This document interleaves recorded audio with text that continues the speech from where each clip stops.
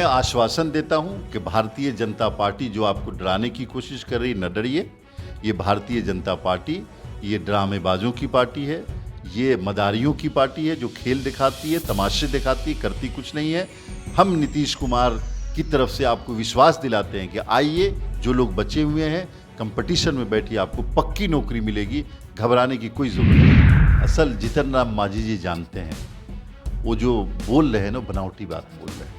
वो जानते हैं कि नीतीश कुमार इतने ईमानदार हैं कि उनकी ईमानदारी के आगे कोई ईमानदार नेता टिकेगा नहीं।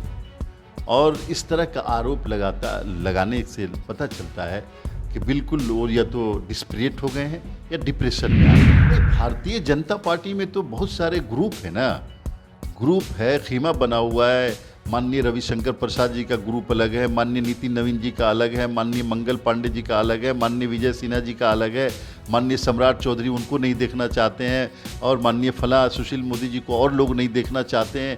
ये तो एक कई ग्रुपों में बढ़ गई है। नमस्कार, आप देख रहे हैं न्यूज़ 4 नेशन में आपके साथ तबजीत सिंह। बिहार में बड़े लेवल पर शिक्षक बहाली की प्रक्रिया चल रही है। पहले चरण की जो प्रक्रिया है वो खत्म हो गई, उनको नियुक्ति पत्र भी दे दिए गए हैं, लेकिन जो दूसरी चरण की प्रक्रिया है वो होने वाली है। 1,20,000 वैकेंसी भी निकाले गए हैं, लेकिन सवाल ये उठ रहा है कि जो अतिथि शिक्षक हैं उन्हें निकाला जा रहा है। इसी पर बात करने के लिए हमारे साथ जदयू के कद्दावर नेता हैं, एमएलसी है खालिद अनवर।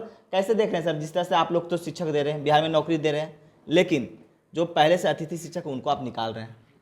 देखिए, बिहार की सरकार ने और नीतीश कुमार जी ने जो ऐतिहासिक काम किया, ये इससे पूरे भारत के लोगों के लिए, भारत की सरकारों के लिए एक आइडियल बना है कि एक साथ 1,20,000 लोगों को नियुक्ति पत्र देना और अपने शिक्षण व्यवस्थाओं को दुरुस्त करना, ये किसी सरकार ने नहीं किया था, किसी स्टेट गवर्नमेंट ने नहीं किया था। तो हर जगह प्रशंसा हो रही है और नीतीश कुमार जी लगातार काम कर रहे हैं। 1,20,000 और अपॉइंटमेंट होने वाला है, लेटर मिलने वाला है। ये बात जो आप लोग लेकर के आए हैं कि गेस्ट टीचर्स को हटाया जा रहा है, ये सही नहीं है।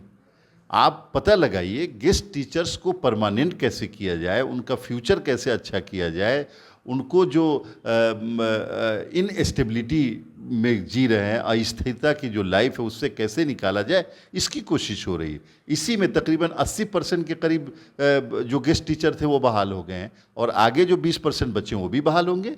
इसमें क्या है, इसमें हटाने की क्या बात है? उन्हीं गेस्ट टीचर्स को ही के लिए वैकेंसी लाई गई थी ना। गेस्ट टीचर सड़कों पर उतर कर कर रहे हैं कि हमको अब डर लग रहा है, क्योंकि जिस तरह से आप लोग बहाली शिक्षक को कर रहे हैं, उसको उन लोगों को ज्वाइन करवा के हम लोग को निकाल दीजिएगा। 7 साल से हम लोग योगदान दिए हैं। मैं आश्वासन देता हूं कि भारतीय जनता पार्टी जो आपको डराने की कोशिश कर रही, न डरिए। ये भारतीय जनता पार्टी ये ड्रामेबाजों की पार्टी है, ये मदारियों की पार्टी है जो खेल दिखाती है, तमाशे दिखाती है, करती कुछ नहीं है। हम नीतीश कुमार की तरफ से आपको विश्वास दिलाते हैं कि आइए, जो लोग बचे हुए हैं कंपटीशन में बैठिए, आपको पक्की नौकरी मिलेगी, घबराने की कोई ज़रूरत नहीं। लेकिन आप बड़े लेवल पर नौकरी दे रहे हैं, लेकिन आप जो पहले से नियोजित शिक्षक हैं उनको पेमेंट नहीं दे रहे हैं। ये भी कहा जा रहा है पेमेंट काफ़ी दिनों से नियोजित शिक्षकों को नहीं मिला है। नहीं, पेमेंट की एक प्रक्रिया होती है। अगर कुछ नियोजित शिक्षकों को नहीं मिला, मिलेगा। जिसको हमारी सरकार रखेगी उसको पैसा भी देगी। ये उन सरकारों की तरह नहीं है कि लोगों के पैसे काटेगी। हम पैसा भी देंगे और नियोजित शिक्षकों को जो बाकी वो पैसा मिलेगा। अभी कोशिश की गई थी कि छठ से पहले सब लोगों को पैसा चला जाए, लेकिन कहीं कहीं पे कुछ टेक्निकल, कहीं कहीं पे प्रॉब्लम आई, उसको दूर करने की कोशिश हो रही है। लेकिन न तो नियोजित शिक्षक, न तो बीपीएससी से जो आए हैं वो, न तो गेस्ट टीचर्स, और न ही कोई ऐसे कर्मचारी जो बिहार में जिनको नीतीश कुमार जी ने किसी भी माध्यम से बहाल किया है, उनको घबराने की ज़रूरत नहीं है। बीजेपी वाले कितना भी डराएं, डरिए मत। इलेक्शन आ रहा है 2024 में, बीजेपी का पत्ता साफ कीजिए ताकि ये मदारी लोगों का खेल तमाशा बंद हो जाए। लेकिन जिस तरह से आप लोग डोमिसाइल नीति को खत्म किए हैं, तो इस पर भी सवाल आपके सहयोगी दल उठा रहे हैं कि आप लोग पहले तो बिहार के जो नौजवानों को नौकरी दे रहे हैं, बगल वाले को नौकरी दे रहे हैं, और ये भी सवाल उठा रहे हैं कि बगल के राज्य को में डोमिसाइल नीति लागू है, आप यहाँ बिहार में डोमिसाइल नीति खत्म कर रहे हैं, लागू करने की मांग कर रहे हैं आपके सहयोगी दल। देखिए, बिहार में कभी जो है ना क्षेत्रवाद और इस तरह की भावना नहीं रही। हम बिहारियों ने पूरे भारत को अपना समझा है, और न सिर्फ हमने नौकरी दी बल्कि हम लोग खुद जा कर के गुजरात में चले जाइए, महाराष्ट्र में चले जाइए, साउथ के किसी भी स्टेट में चले जाइए, यहाँ तक कि कश्मीर में जाइए, हर स्टेट में हम लोग जा कर के अपनी सेवाएं देते हैं। ये डोमिसाइल नीति क्या होती है? ये बताती है कि आप संकीर्ण सोच के लोग हैं। हम बिहारियों ने हमेशा बड़ा होकर के, और लोग चाह रहे थे, लोग दबाव बना रहे थे कि यहाँ लागू किया जाए।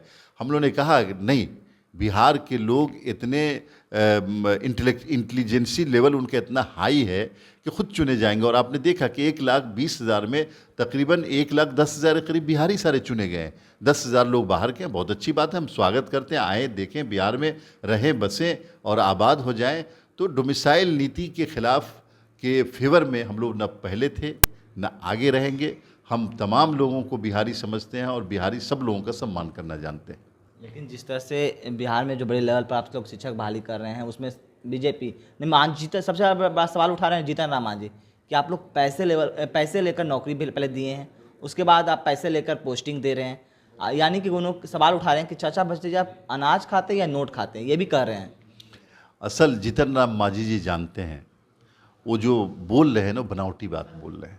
वो जानते हैं कि नीतीश कुमार इतने ईमानदार हैं कि उनकी ईमानदारी के आगे कोई ईमानदार नेता टिकेगा नहीं। और इस तरह का आरोप लगाने से पता चलता है कि बिल्कुल वो या तो डिस्परेट हो गए हैं या डिप्रेशन में आ गए हैं। जीतन राम मांझी जी को कोई बताने की ज़रूरत है कि नीतीश कुमार कौन है? ये सब सही नहीं है। जीतन राम मांझी जी राजनीति करें और इस तरह के आरोप लगा करके अपने आप को नीचा या लो कैटेगरी में लेके ना जाएं।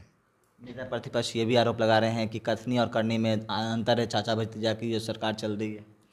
देखिए, नेता प्रतिपक्ष जो हैं माननीय विजय सिन्हा जी, आज तक तो मुझे समझ में नहीं है वो क्या बोलते हैं और क्यों बोलते हैं। ना उनके बोलने का कोई आधार होता है, न बोलने का कोई विज़न होता है, न कोई मंजिल तय होती है, न कोई रास्ता तय होता है। जो मुंह में आता है बोलते हैं। और ये इस तरह का आरोप लगा करके खुद अपनी जगहसाई करते हैं विजय सिन्हा जी। आज पार्टी के ऊपर वो बोझ बन गए। भारतीय जनता पार्टी ये समझ रही है कि ये बहुत बड़ा बोझ है हमारे ऊपर, जो भारतीय जनता पार्टी के लिए एक नासूर की शक्ल इख्तियार कर लेगा। तो मुझे लगता है कि बीजेपी खुद उनसे अपना दामन छुड़ाना चाहती, बचाना चाहती। यानी कि नेता प्रतिपक्ष बोझ अपने पार्टी के लिए हो गए हैं। हाँ, भारतीय जनता पार्टी के लिए बोझ हो गए हैं। उनके लीडर्स बोल रहे हैं। अब बात कर लीजिए उन्हीं की पार्टी के 4-5 लीडर से। अब इसमें तो मैं नाम नहीं रखूँगा, बात कर लीजिए। सब लोग कह रहे हैं कि तो बोझ है, ये पार्टी के ऊपर लाइबिलिटी बन गए हैं, भारतीय जनता पार्टी को ख़त्म कर रहे हैं, ये दिशाहीन हो गए हैं। बिल्कुल तो है ऐसा। यानी कि आप ये भी आरोप लगा रहे हैं कि बीजेपी में अपना में ही समन्वय नहीं है, अपने पार्टी में ही समन्वय नहीं है, नेता प्रतिपक्ष किसी का बात नहीं सुनते, अपने मनमानी कर रहे हैं। नहीं, भारतीय जनता पार्टी में तो बहुत सारे ग्रुप है ना, ग्रुप है, खीमा बना हुआ है। माननीय रविशंकर प्रसाद जी का ग्रुप अलग है, माननीय नितिन नवीन जी का अलग है, माननीय मंगल पांडे जी का अलग है, माननीय विजय सिन्हा जी का अलग है, माननीय सम्राट चौधरी उनको नहीं देखना चाहते हैं, और माननीय फला सुशील मोदी जी को और लोग नहीं देखना चाहते हैं। ये तो एक कई ग्रुपों में बट गई है पार्टी, और आपस में जूतम पैजार मची हुई है अंदर अंदर भारतीय जनता पार्टी के अंदर। आप इंतज़ार कीजिए, बहुत कुछ होने वाला है। चलिए, ये था हमारे साथ जदयू के कद्दावर नेता और एमएलसी खालिद अनवर। क्या कुछ का आपने सुना। तमाम खबरों बने रहे न्यूज़ 4 के साथ। नमस्कार।